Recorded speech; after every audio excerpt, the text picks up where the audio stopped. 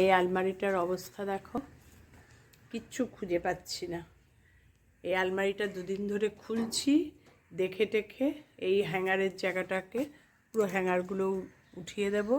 হ্যাঙ্গারের জায়গাটা একদিকে রাখলে সুবিধা, জিনিসগুলো সব এইভাবে দেখা যায়।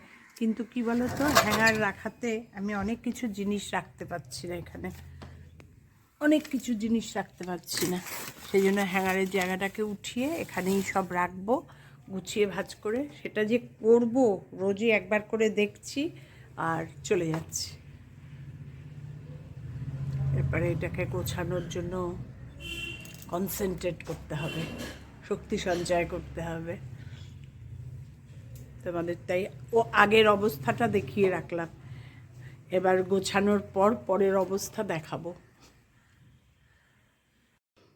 এই আলমারিটা তো গোছানো তোমাদের দেখিয়েছি, ভালোভাবে গুছিয়েছি, তাও মাস 6 হয়ে গেল। এবার ব্ল্যাক আলমারিটা রোজই ভাবি, তোমাদের দেখিয়েছি আগের কন্ডিশন। একটা দিক খালি করেছি সমস্ত, এবার ঠিক করেছি হ্যাঙ্গারগুলো নামিয়ে সমস্ত জিনিস এখানটায় রাখবো। তাহলে কি এই জায়গাটা অনেকটা জায়গা, অনেক কিছু একসঙ্গে রাখা যাবে। তোমাদের আগের কন্ডিশন দেখিয়ে নিলাম, পুরো প্যাকড অবস্থায় দেখিয়েছিলাম, আবার একদিক খালি করেছি তাও দেখালাম। এবার পুরোটা খালি করছি। এই যে দেখো না, ধুম করে এখানে সব জড়ো করেছি। কী যে অবস্থা না, একটা কিছু খুঁজে পাচ্ছি না। যেটাই খুঁজতে পাচ্ছি ওই আলমারি তো পরিষ্কার, ওই আলমারিতে নেই। আর থাকলেও আমি জানি কোথায় কী আছে, এইটা আর পাচ্ছি না। এবার এইটা হয়ে গেলে 3 তলারটা গিয়ে ধরবো। এক এক দিন এক একটা না করলে না শরীর খারাপ লাগে। ঠিক আছে, এবার আমি আরম্ভ করি। তোমাদের একটা দিক খালি করে দেখালাম, এবার এই দিকটা হ্যাঙ্গার পুরো মেয়েদের সালোয়ার, আমার কিছু সালোয়ার, কেউ কিন্তু পরে না একটাও। কত যে একে তাকে দিয়ে দিচ্ছি না, তার আর কোনো শেষ নেই। ঠিক আছে, আবার একটু গুছিয়ে নিই, তারপরে আবার তোমাদের সঙ্গে কথা বলছি। শাড়িগুলো হ্যাঙ্গার থেকে নামিয়ে এখানে রেখেছি। বাপরে, এক একটা হ্যাঙ্গারে 3টে 4টে করে শাড়ি ছিল।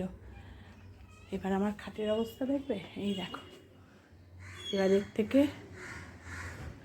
শর্টকাট করতে হবে, কোনগুলো রাখবো কোনগুলো ফেলবো।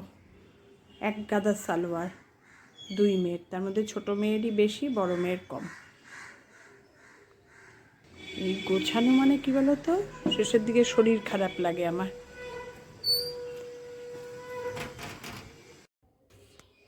দু ঘন্টার কঠিন পরিশ্রমের পর গোছানো কমপ্লিট হলো। আমার শাড়ি, মেয়েদের জামা কাপড়, এই যে এই দিকে হচ্ছে সব মেয়েদের সালোয়ার, এগুলো ওদের না জিজ্ঞেস করে ফেলবো না, কিন্তু সবগুলো ফেলার। পুরো এই বাঞ্চের এই কয়েকটা আর এই কটা, এগুলো সব ফেলে দেওয়ার।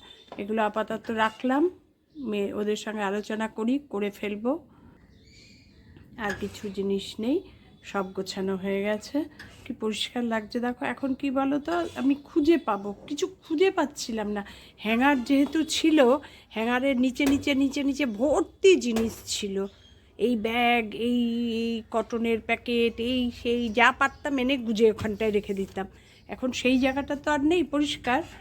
এই আর কি তোমাদের দেখালাম। আমার ফাইনালি হলো গোছানো। দেখি এবার একটু ট্যাপথালিন দেবো, দিয়ে কমপ্লিট করবো। এখনও দেখো না, খাটের ওপর ছড়িয়ে ছিটিয়ে সব পড়ে রয়েছে।